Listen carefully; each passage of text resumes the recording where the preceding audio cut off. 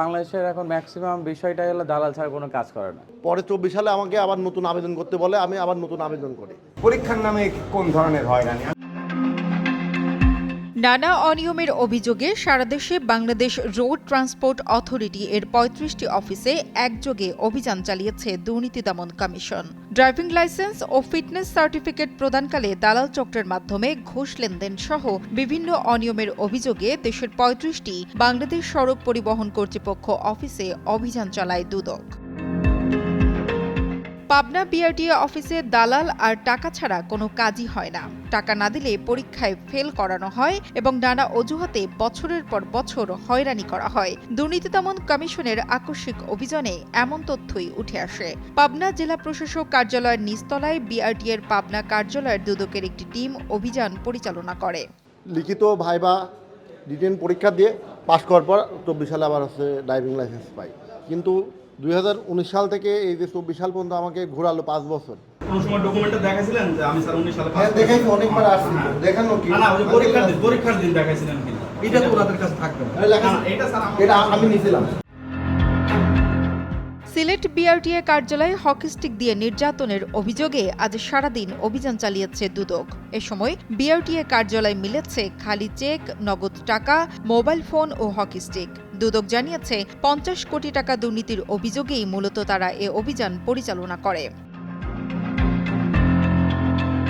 সব মশার বিরুদ্ধে সুরক্ষা দিতে এলো বসুন্ধরা এক্সট্রিম অ্যারোসল, মশার বিরুদ্ধে এক্সট্রিম সুরক্ষা।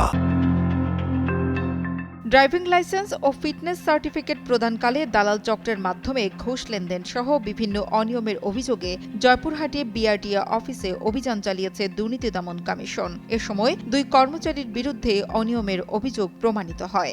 প্রাপ্ত রেকর্ডপত্র পর্যালোচনা করে আমরা কমিশন বরাবর আমাদের প্রতিবেদন দাখিল করব এবং প্রয়োজনীয় আইনগত ব্যবস্থা নেওয়া হবে। রাজবাড়ী বিআরটিএ কার্যালয়ে দুর্নীতি দমন কমিশনের হঠাৎ অভিযানে 4 দালালের কাছ থেকে অনিয়ম ও ঘুষ লেনদেনের প্রমাণ পাওয়া গেছে। বুধবার সকাল থেকে বিকেল পর্যন্ত দুদকের ফরিদপুর আঞ্চলিক কার্যালয়ের একটি দল সেবা গ্রহীতা সেজে এই অভিযান পরিচালনা করে। অনেকে আছে যে মৌখিক পরীক্ষা পাস করতে পারে না, অনেকে লিখিত পাস করতে পারে না, অনেকে দেখা যাচ্ছে আপনার ফিল্ড টেস্টে পাস করতে পারে না। এইগুলো পাস করানোর জন্য তারা বিভিন্ন পরীক্ষার্থীদের কাছ থেকে টাকাগুলো আদায় করছে।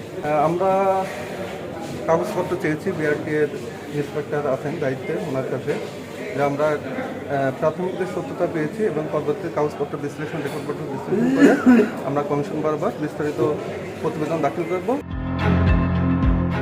দুদকের প্রধান কার্যালয় সহ দেশের বিভিন্ন জেলা কার্যালয় থেকে অভিযান পরিচালনা করা হয়েছে, যার মধ্যে রয়েছে ঢাকার উত্তরা ও কেরানীগঞ্জ বিআরটিএ অফিস, গাজীপুর ও নারায়ণগঞ্জ বিআরটিএ অফিস, বাগেরহাট, বরিশাল, বরগুনা ও জালুকাঠি বিআরটিএ অফিস। এছাড়া বগুড়া, লক্ষ্মীপুর, কক্সবাজার, চট্টগ্রাম, কুমিল্লা, দিনাজপুর, রাজবাড়ী, গোপালগঞ্জ, মৌলভীবাজার, যশোর, চুয়াডাঙ্গা, খুলনা, কিশোরগঞ্জ, কুড়িগ্রাম, মেহেরপুর, মাদারীপুর, নেত্রকোনা, নোয়াখালী, জয়পুরহাট, পাবনা, চাঁপাইনবাবগঞ্জ, নীলফামারী, সিলেট, টাঙ্গাইল, ঠাকুরগাঁও, শেরপুর ও রাঙামাটি বিআরটিএ অফিসে অভিযান পরিচালনা করা হয়েছে। Desk report, Kaler Kantho.